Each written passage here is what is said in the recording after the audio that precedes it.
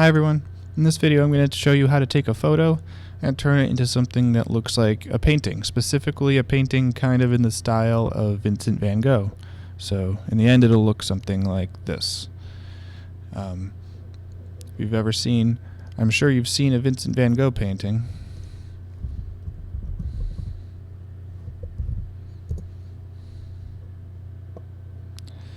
But some of the characteristics of his paintings include a lot of visible brush strokes, strokes of different colors other than the main color that is sort of in that area of the painting. So it isn't, it isn't filled in with just continuously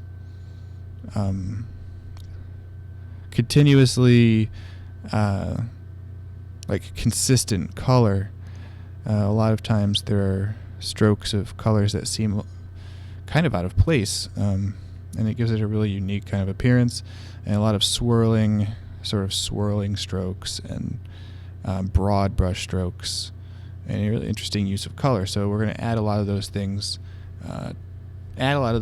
using Photoshop filters. So we haven't really used filters very much, if at all, so far. But you'll see how to apply some filters, and it will add things like the appearance of brush strokes, filling in different colors, and we'll use filter to sort of smear the image around so it looks a little bit less photorealistic. So I'm going to start a new project so you can see from the beginning. First, I'll copy my original, which is an iconic Beatles Abbey Road cover.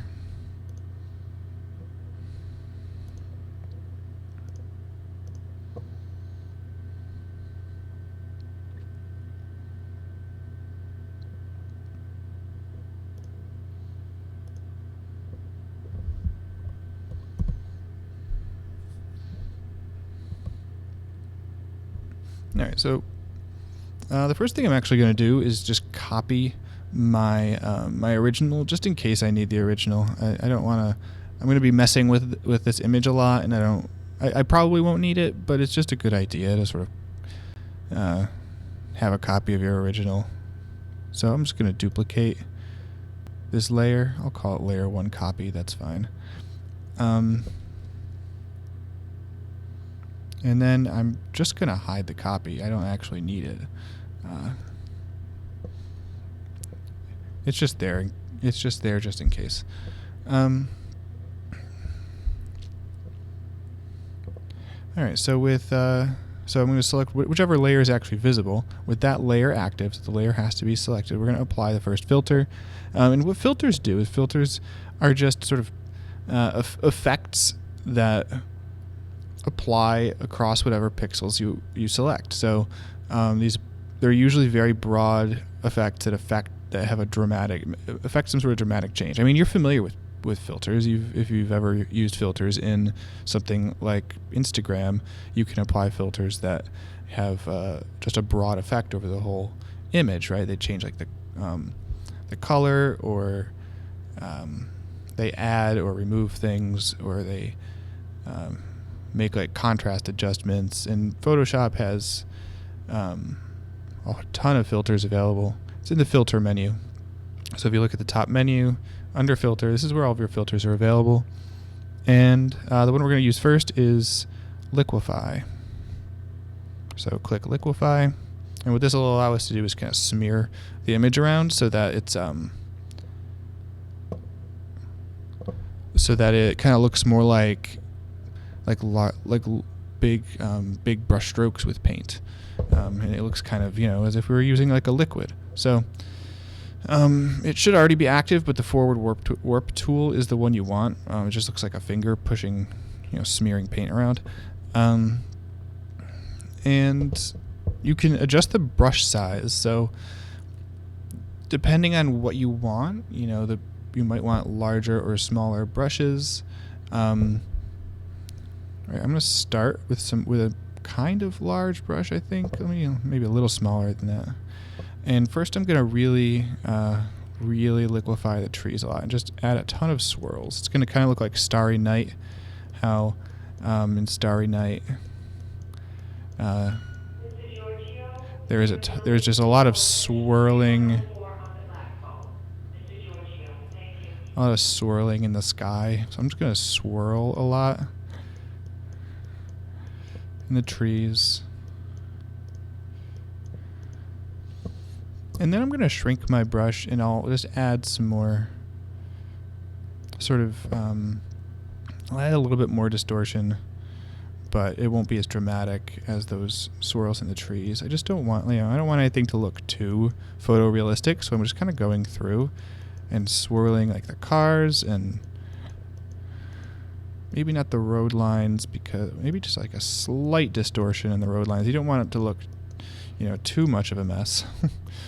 And I'm going to avoid actually messing up the people, just because it'll be pretty hard to distinguish them if you do that. What you could do is you could have a very, very small brush and just kind of like scribble over them to add a little bit of distortion.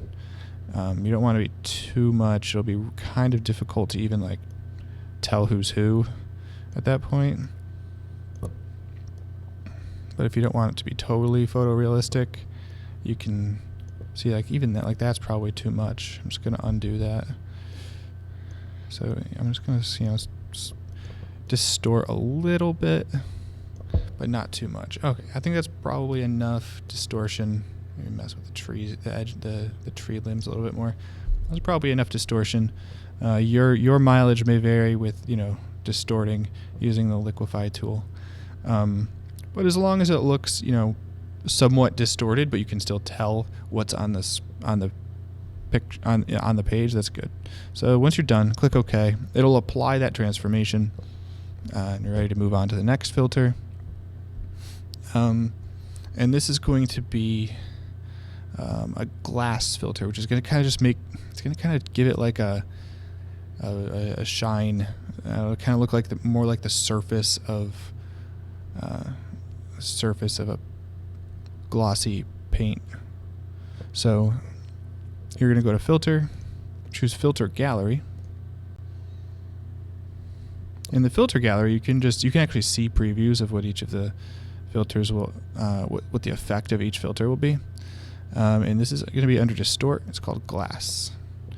Right, and settings that I recommend are 3 for distortion and 3 for smoothness. You can try out different effects if you want. The less smoothness there is, I mean, it's like there's more bumps. It's less, it's less smooth.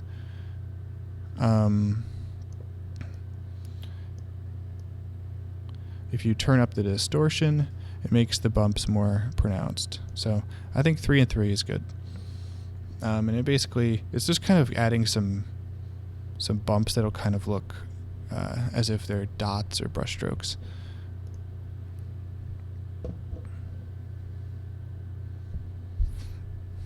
So the next filter we're going to apply is going to add some dark lines.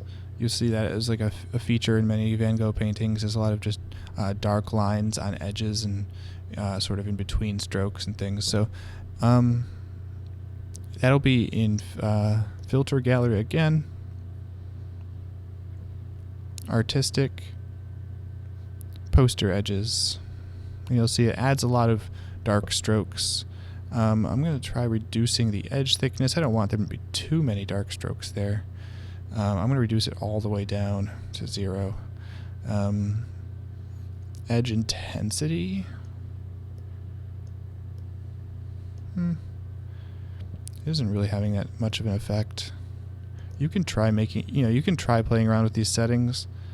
And you can see posterization is having a bit of an effect. What posterization does is it just it actually limits the color palette available. So this is a helpful effect for making this look like a painting, because in a realistic photo, if you think about it, like every conceivable color, right, at least every conceivable color that the computer is capable of representing could be in that photo. In a painting, a painter only gets the colors that they mix with the paint. So, generally a painting is going to have a more limited color palette than a realistic photo.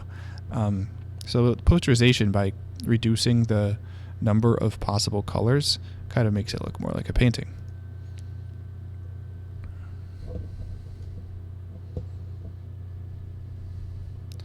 And then next we're going to add a few sort of like random strokes of color, because that's another feature that you'll see if you look at Van Gogh's paintings, is there's just strokes of color that kind of seem like really kind of bizarre. I mean, sometimes they seem, it's just like wild and fantastical color choices.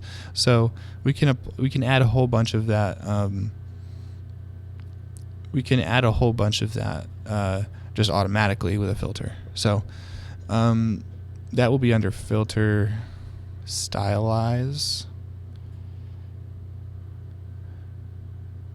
Actually, pause, go back. Before you do this, I almost forgot. We should duplicate this layer. So what we actually want is to do what we're doing. I'm going to call this contour, because all these contour lines, they're going to be on a different layer. We're going to add all these like random strokes. They're going to be on a different layer, and then we're going to blend it instead of like it won't get the desired effect if we apply this filter directly. So we have to apply it to this copy and then blend. So we've got this copy. Make sure you're using your copied layer. And then with the copied layer that you've called contour, go to Filter, Stylize, Trace Contour, and choose a level that gives you a decent amount of sort of additional color. You probably don't want too many black lines. We've already got a bunch of that.